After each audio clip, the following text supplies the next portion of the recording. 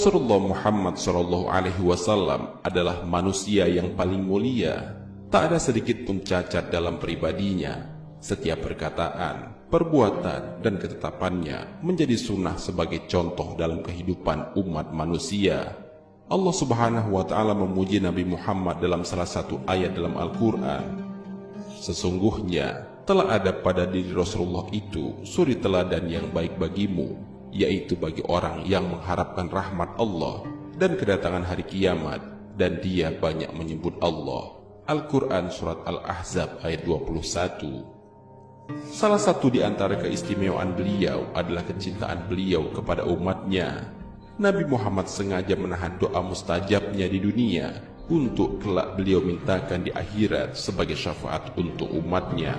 Sampai-sampai di akhir-akhir menjelang wafat beliau pun, yang ada di dalam pikirannya adalah umatnya. Rasulullah SAW pernah memberikan suatu nasihat kepada salah seorang sahabatnya untuk mengamalkan nasihat ini dan mengajarkannya kepada orang lain agar selamat hidup di dunia dan akhirat.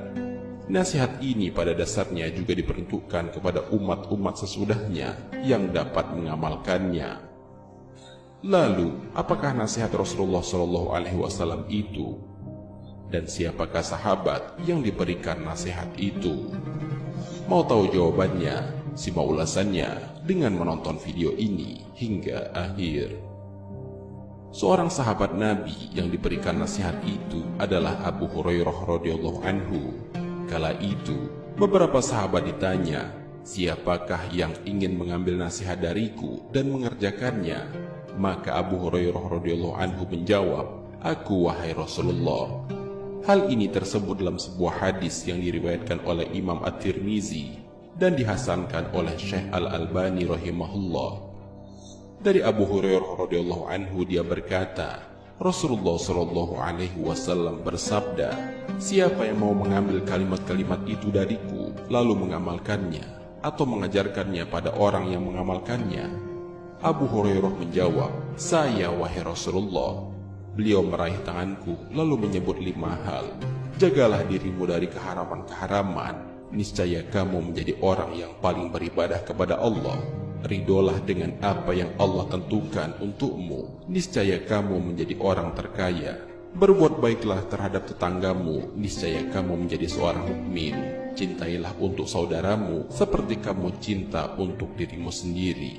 Niscaya kamu menjadi orang muslim. Janganlah banyak tertawa, karena banyak tertawa itu bisa mematikan hati."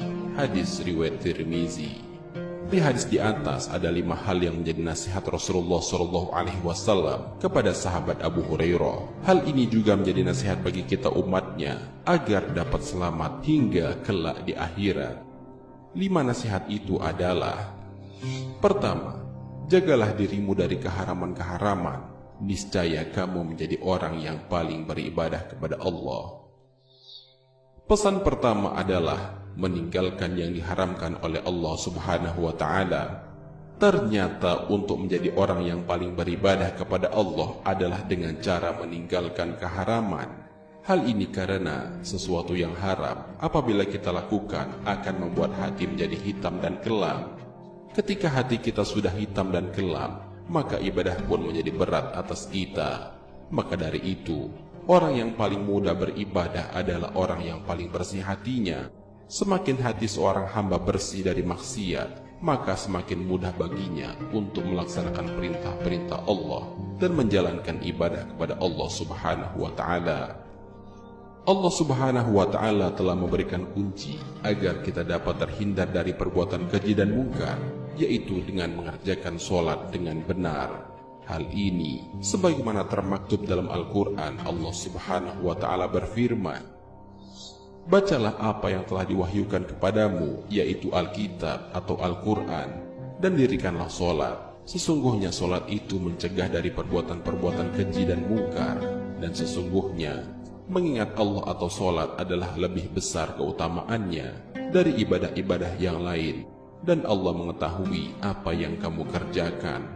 Al-Quran Surat Al-Ankabut ayat 45. Kedua, ridolah dengan apa yang Allah tentukan untukmu. Niscaya kamu menjadi orang terkaya.